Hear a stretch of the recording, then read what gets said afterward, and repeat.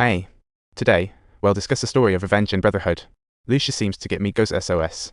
He decided to give himself some time to cook up a great plan we can all agree on, and they reached a temporary understanding. But Kevin couldn't bear it, pondering his brother's revenge. Migo told Lucia he no longer wanted to discuss with Kevin. He just wants to talk to his own brother, and their conversation turned into a repeat your intentions conference. Yep, he just wants to talk to his brother. Seems like they have a bros before foes policy. But Kevin still refused, demanding how to settle the brotherly revenge. Migo said Lucia would give them some clarity, but Kevin kept pushing, pointing out Migo's leadership responsibilities. They exchanged looks of respect, realizing sometimes words are just not enough, and off they went, feeling a bit grumpy. Migo's business was booming. He had successfully expanded his little workshop, and now he had a stable supply. With the thriving business, Migo's ambitions were skyrocketing. Little did he know he had a hiccup recently. A crazy thought popped into his mind: why not form a private army and become the movie villain? With small factions poking their heads around, Migo's team was in a panic, so he quickly sought his uncle's top henchman, Second Black. He asked him to pull some weapons, then called an armament assembly to outfit every bro with gear, and their attitude was simply one request. That was, if there was a threat, shoot first and ask questions later, but if anyone disobeyed, it would be labeled rebellion. After some intense combat training, Migo's private army was almost like winners of Los Angeles battlefield admission ticket. On his return, he met Whitehair, fresh out of jail, seeking him specifically and unbothered by Migo's new partner. Whitehair believed they would join forces again. Migo's status in LA had undergone a glorious transformation. Before, he had to risk life and limb to deliver goods to Whitehair. Now Whitehair was knocking on his door for reunion. Migo gave a template for saying no to new partners.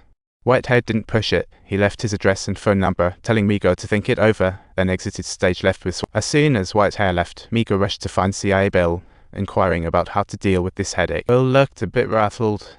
How did he get out so quick? It seemed their plan needed a rerun. So, they decided to have a good negotiation. The next day, they followed Whitehair's address to find him gnawing on a steak. Bill wanted a private chat with him, but Whitehair looked rather annoyed at being cut out of the loop. He mentioned that the flyer business was already with Migo, so why don't we talk about other business ventures? Since they had been burning through cash, Migo suggested providing Whitehair with some arms, which would certainly be a win-win situation. Whitehair certainly had no valid reason to decline, and following some collaboration, all three tacitly recognized their mutual admiration.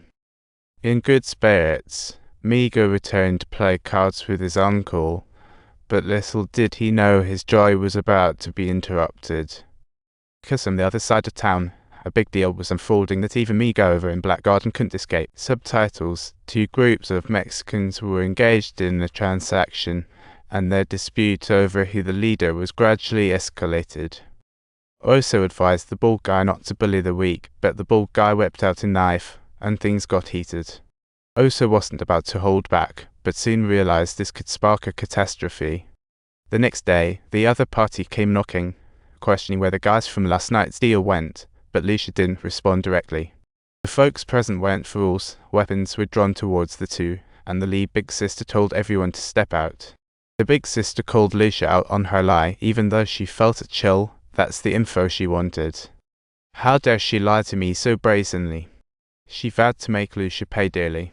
In order to save her skin, Lucia claimed she could get her hands on a new flyer formula, and the big sister gave her a shot. Facing this negotiation, Lucia really couldn't imagine how it would all play out.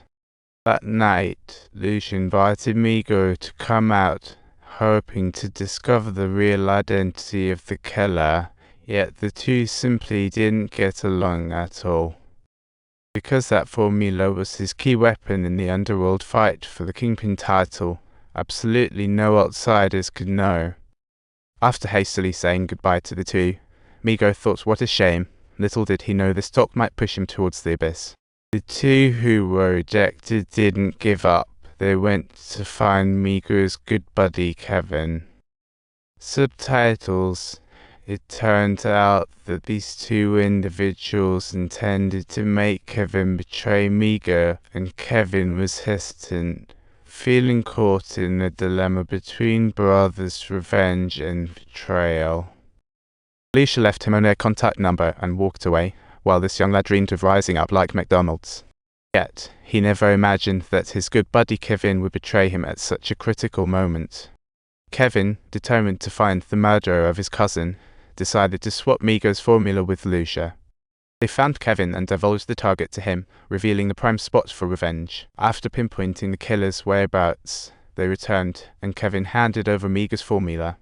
After Lucia got the formula, she promptly went to find the big sister to tie up loose ends with the Mexican gang. However, right after she left, an undercover agent nearby ratted her out, and the police sprang into action. Faced with such a criminal agent, the undercover showed no mercy, and Lucia, desperate to lighten her sentence, had to rule on Migo. At that moment, Migo's phone rang. It was Lucia calling. He asked, "What did you tell Kevin? How do you know the killer's info? By the way, if you like our content, don't forget to hit that subscribe button."